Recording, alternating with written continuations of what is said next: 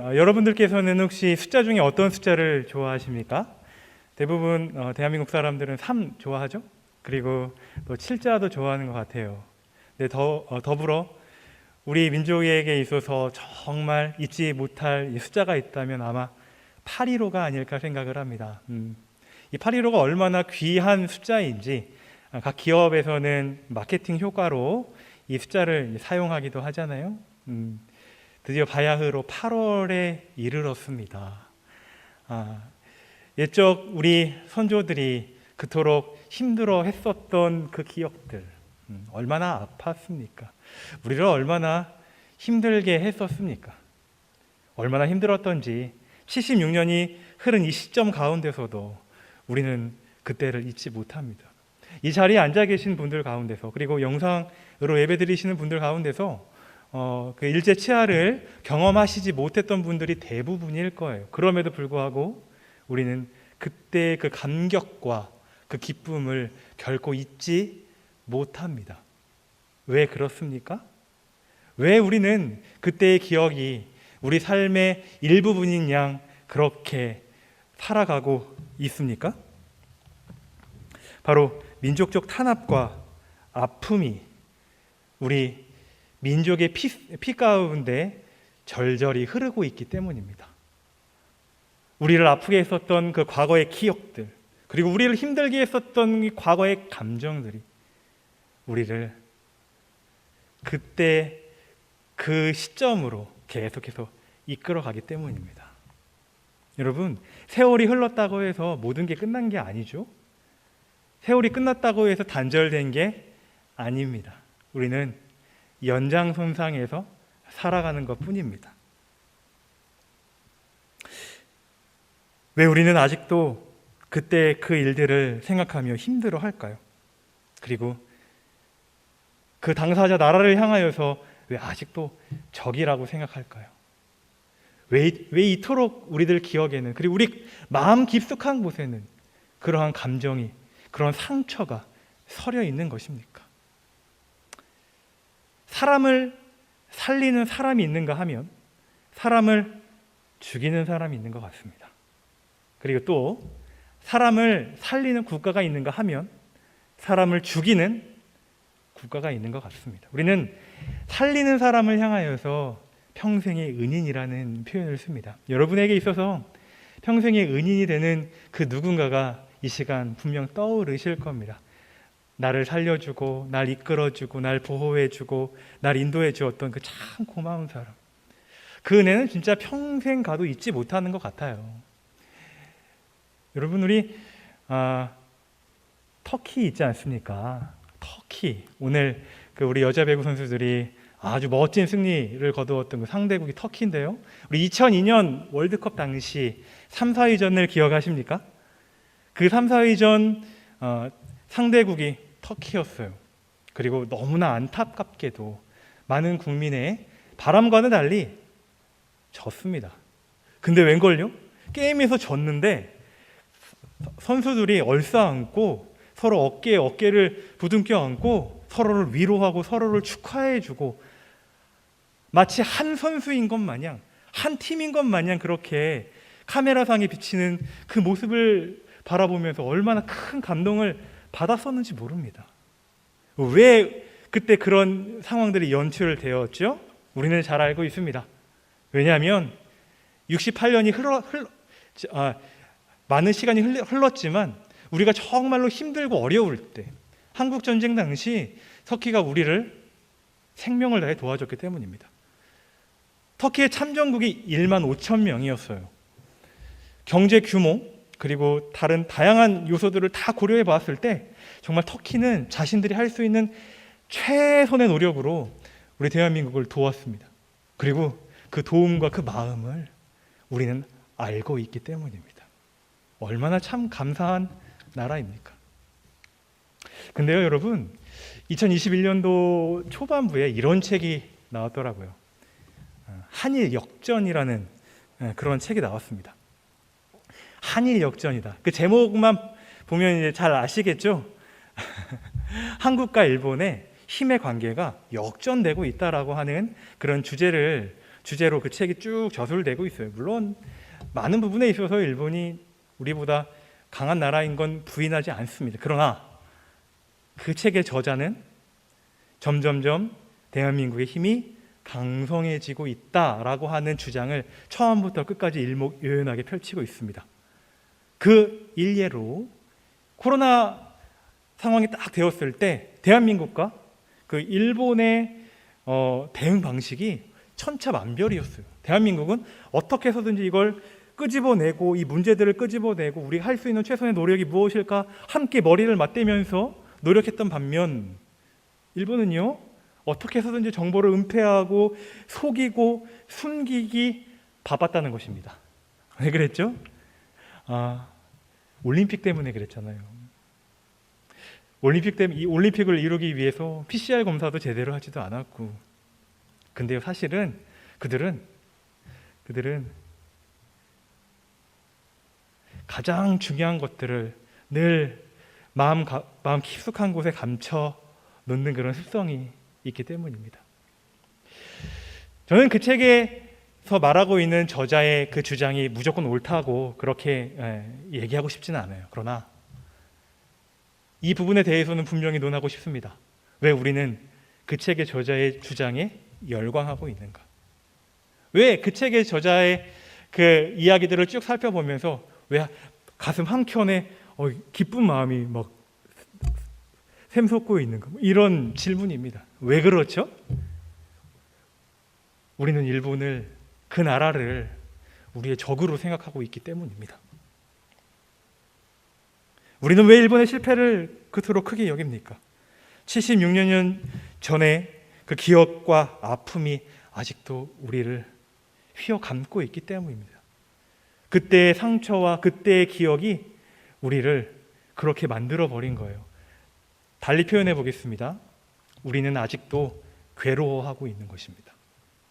정말 우리가 광복을 맞이했습니까? 우리가 정말 자유함을 맞았습니까? 근데 왜 우리는 그 나라를 살펴보면서 괴로움을 겪어야 하느냐는 질문입니다. 오늘 본문 말씀에는요, 이렇게 괴로워하고 있는 이스라엘 백성들의 모습이 나와 있어요. 그들은 두 명의 지도자 때문에 굉장히 힘들어합니다. 한 명의 이름 요엘, 다른 한 명의 이름 아비야입니다. 요엘과 아비야가 누구죠? 이스라엘 민족을 하나님 말씀으로 갱생시키고 부흥시키기 위해서 정말 갖은 노력을 다하였던 사무엘의 아들들입니다. 얼마나 귀한 혈통입니까? 얼마나 귀한 사명을 띠고 이 땅에 태어난 두 명의 인물입니까? 근데 그들은 아버지 사무엘과는 다르게 이스라엘 민족의 골칫거리였습니다. 그들이 어떤 일을 자행했나요? 자신들의 이익에 따라 판결을 굽게 하는 겁니다. 모든 사회가 그렇듯이 각 사회에는 상류층이 있으면 하류층이 있기 마련이겠죠. 상류층이 뇌물을 바칩니다. 돈을 가져다 줍니다. 어떤 이익이 되는 어떤 물품을 가져다 줍니다. 그러면 요엘과 아비야는 그걸 받고 진실 여부를 정확하게 따지기보다 자신에게 얼마만큼 더 이익을 줄 수 있는가에만 관심을 가진 채 올바른 판단을 내리지 않았기 때문입니다. 올바른 판단을 내리지 아니한다, 옳게 나아가지 아니하는 이런 상황을 가리켜서 우리 현대인들은 어떤 사회라고 얘기합니까? 불공정 사회라고 얘기를 하죠. 우리는 이 불공정 사회를 너무나도 싫어합니다. 사회적으로, 문화적으로, 경제적으로 어떻게 해서든지 어떤 불공정의 요소가 있다면 사람들은 자신들의 의사를 표현합니다. 이거 잘못된 거 아닙니까? 이거는 옳지 않습니다. 이건 바로 잡아야 됩니다. 라고 분명하게 얘기하는 시대가 바로 우리가 현재 살아가고 있는 현대 시대입니다. 표출하는 시대라는 얘기죠. 근데 본문 말씀에도요, 이렇게 자신들의 의견과 마음의 소리들을 자신 있게 표출하는 백성들의 모습이 나와 있습니다. 자신 있게 표출을 한다. 좋습니다. 자유롭죠? 자유가 있는 것 같아요. 근데 사실 그들의 마음 깊숙한 곳에는 괴로움에 벌벌벌벌 떨고 있는 것입니다. 그게 진짜 자유로운 걸까요? 표출한다고 해서 그게 정말 좋은 걸까요? 모든 사회, 그리고 모든 개인, 어떠한 단체 모두가 괴로움에 빠져 있습니다. 그 괴로움 가운데 우리를 자유롭게 하실 분 누구십니까? 오직 한 분, 하나님. 여호와 하나님의 위대하신 통치와 임재하심과 능력만이 상처받고 괴롭고 어려워하는 우리 마음밭에 따사롭고 화평한 귀한 은총을 베풀어 주실 줄 우리들은 잘 알고 있습니다. 이렇게 귀한 하나님의 통로가 되어야 될 요엘과 아비야, 왜 이렇게 되어 버렸을까요? 우리 본문 2절 말씀에 보게 되면요, 그들이 브엘세바라고 하는 곳에서 사사가 됐다라고 나와 있어요. 브엘세바는 이스라엘을 중심으로 바라봤을 때 남쪽에 위치하는 지형입니다. 요엘과 아비야는 남쪽에 있다는 얘기가 되겠죠? 근데 이때 아버지 사무엘은 어디 있었을까요? 이스라엘의 중간 부분에 위치한 라마 지역에 있었습니다. 아버지와 아들들이 함께 살고 있지 않다라고 하는 단서가 이 본문 2절 말씀 가운데, 그리고 오늘 본문 말씀 가운데 나타나는데요. 아버지와 함께 있을 때는 어떻게 지냈는지 잘 지냈겠죠, 그렇죠? 얼마나 사무엘이 강직한 사람입니까? 그 아버지를 따라서 정말 하나님 말씀대로 살기 위해 노력했겠죠. 근데 그 아버지와 함께 살아가고 있지 않은 우리 두 아들의 모습에서는 결코 하나님 중심적인 사상이 보이지 않는다는 너무나 안타까운 사실입니다. 그들이 생각하고 있었던 것, 이익입니다. 사사로운 이익.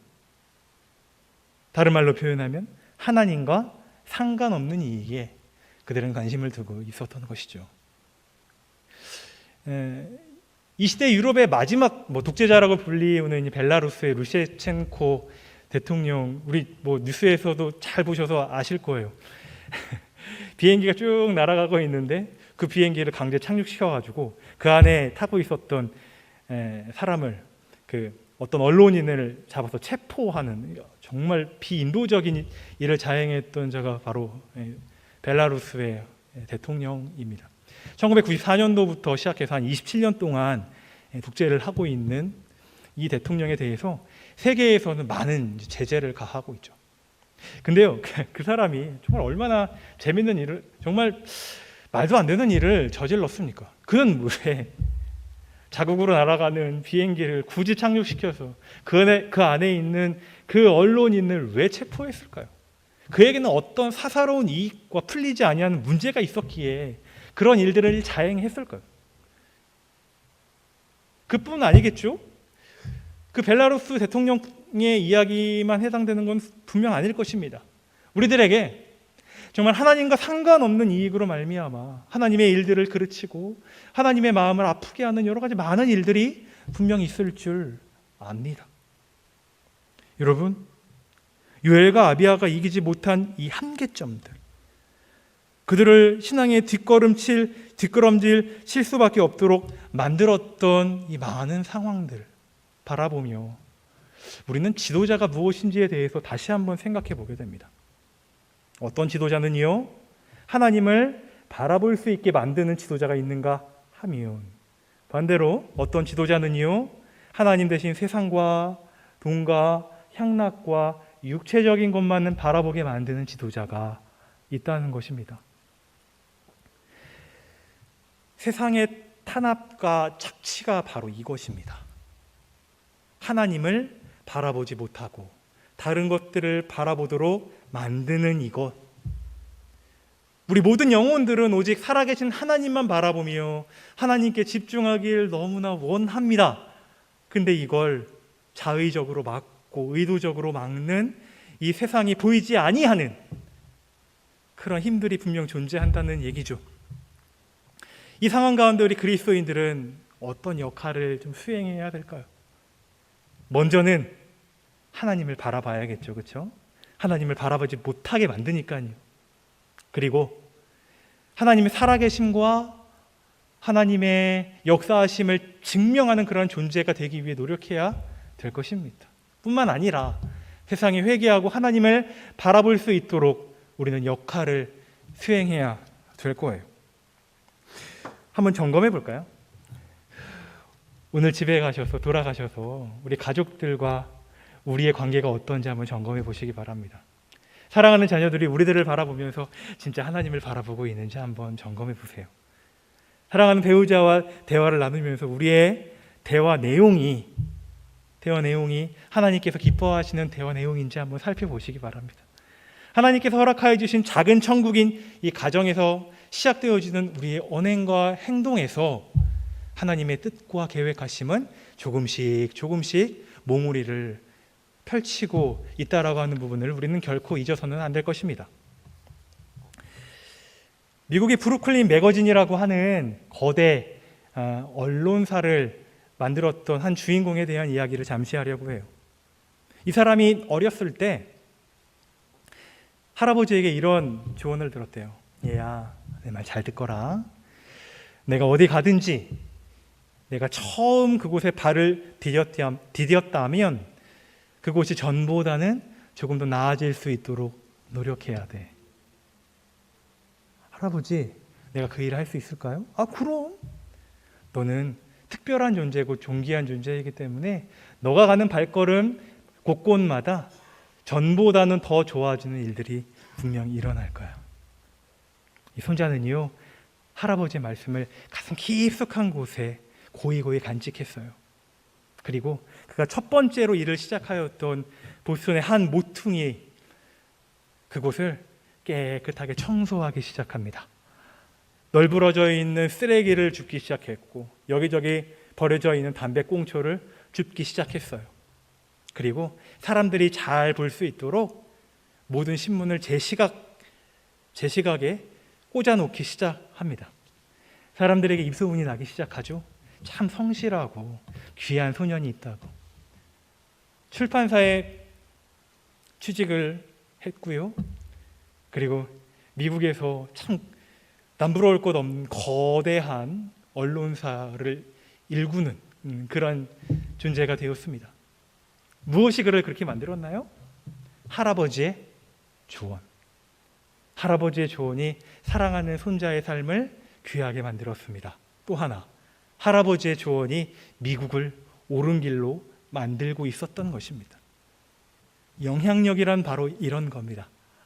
우리가 시작하는 작은 곳에서의 어떤 영향력, 하나님을 바라보기 위한 노력들, 이것이 모이고 쌓일 때 그때 하나님의 기적과 역사들이 조금씩 우리 눈 가운데서 보이기 시작하는 것입니다.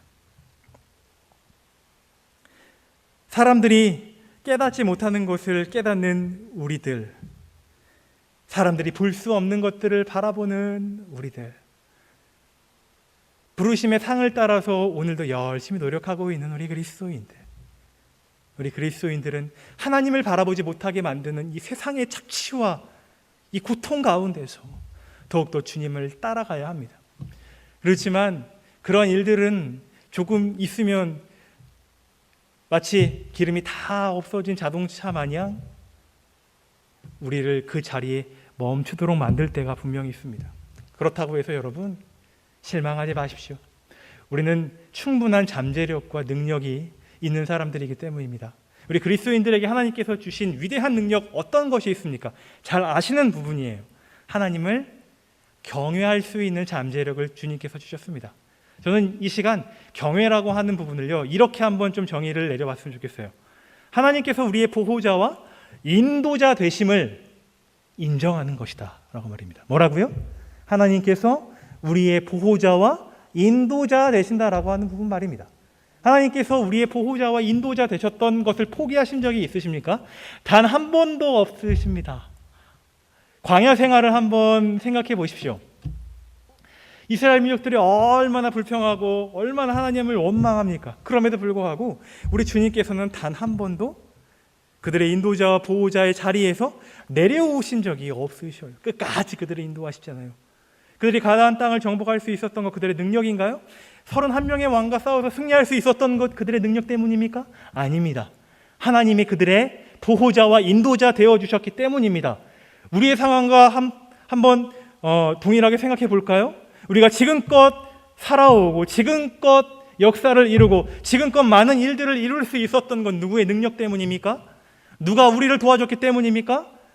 살아계신 하나님께서 우리의 보호자요, 우리 인도자 자리에서 단 한 번도 내려오신 적이 없기 때문입니다. 우리는 하나님을 경외한다고 할 때 주의 높으심을, 위대하심을 높인다는 의미도 있지만 그 하나님에 대한 절대적인 의지를 굽히지 않는다는 뜻도 포함되지 않을까 생각합니다. 여러분, 이 시간 보호자여 인도자 되신 주님을 의지하십니까? 그럼 왜 고민하시죠? 왜 두려워하시죠? 왜 번민하시죠? 생각해 보십시오. 진짜 생각해 봅시다. 내가 정말 하나님을 보호자요, 인도자로 생각을 하고 있는지 말입니다. 또 하나, 지금 경외라고 하는 부분을 생각해 봤잖아요. 세상의 탄압과 착취 가운데서 우리 그리스도인들만 할 수 있는 게 무엇이죠? 바로 순종이라는 영역입니다. 두 번째예요. 사무엘이 얼마나 순종적인 사람이었습니까?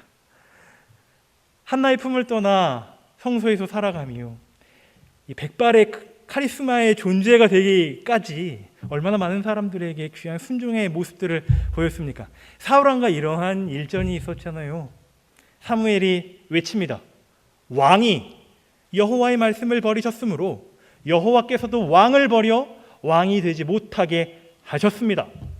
나는 왕과 함께 결코 돌아가지 아니할 것입니다. 어느 누가 왕 앞에서 이런 얘기를 할 수 있단 말입니까? 얼마나 순종의 사람이고 얼마나 말씀으로 충만한 사람이었으면 이런 이야기를 할 수 있을까요? 사울 왕마저, 한나라의 왕마저 사무엘의 옷자락을 붙들며 애원하는 그 이후의 이야기들을 살펴보면서 여러분, 순종하는 자의 삶에 하나님께서 허락하여 주시는 복이 바로 이렇다라는 것들을 우리들이 알 수가 있습니다. 사람들은 감히 상상할 수 없는 이 영적인 능력과 권세를 우리 삶 가운데 충만하게 주신다는 겁니다. 우리 왜 이렇게 하나님을 지적으로만 생각하려고 하죠? 왜 이렇게 하나님에 대해서 딱딱하게만 생각하려고 하죠? 하나님 정말 살아계시고 우리와 함께 하시고 우리를 이끌어 가시고 우리를 변화시키시고 하나님의 위대하신 일들로 이끌어 가시잖아요. 그렇죠? 근데 왜 그 하나님에 대해서 조금 멀게 생각하느냐는 겁니다. 하나님 살아계세요. 믿으시죠? 그렇다면 그 하나님께서 허락하여 주시는 영적인 권세를 사모해야 합니다. 순종하는 자들에게 하나님께서 주시는 귀한 은혜예요. 다윗이 그랬잖아요. 그가 특별해 보였던 것은요, 사람들이 그에게 함부로 할 수 없었던 이유는 그가 키가 크거나 잘생기거나 부자였거나 해서가 아닙니다. 살아계신 하나님의 영이 그와 늘 함께하여 주셨고 하나님께서 허락하여 주시는 그 영역으로 가득 찼기 때문입니다. 하나님 앞에 순종하는 자에게 주시는 귀한 복이 바로 이런 것이라는 얘기죠. 요엘과 아비야에게 이런 게 있었나요? 있었을까요? 아니요. 전혀 없었습니다.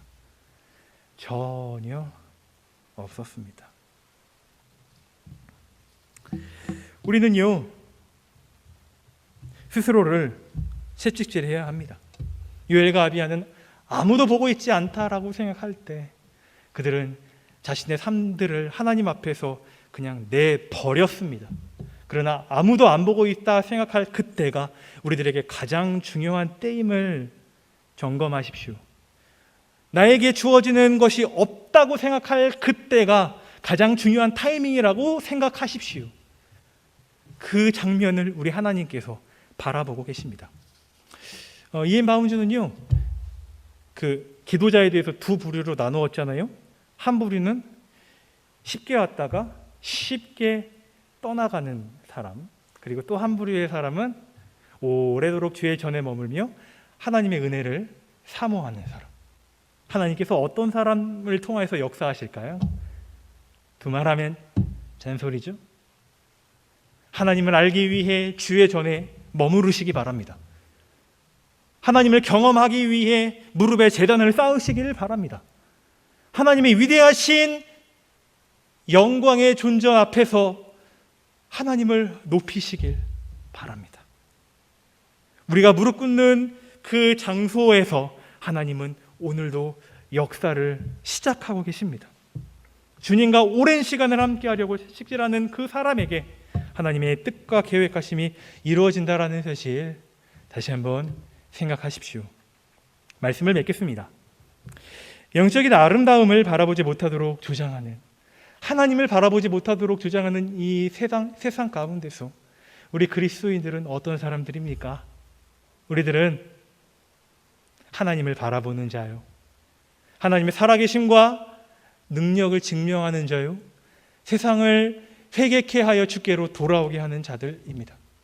이 일들을 위하여서 하나님께서는 우리들에게 경외와 순종이라고 하는 귀한 무기를 주셨으니 그 주님을 따라 이 썩어져가는 세상 가운데서 하나님 앞에 승리하는 모든 믿음의 공동체 되었으면 좋겠습니다. 기도하겠습니다.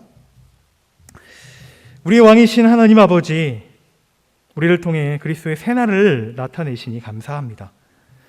언제 어디서나 하나님의 왕되심을 드러냄으로 인하여 세상의 탄압과 착취 가운데서 승리하는 그리스도인 되게 하옵소서. 예수님 이름으로 기도드립니다. 아멘.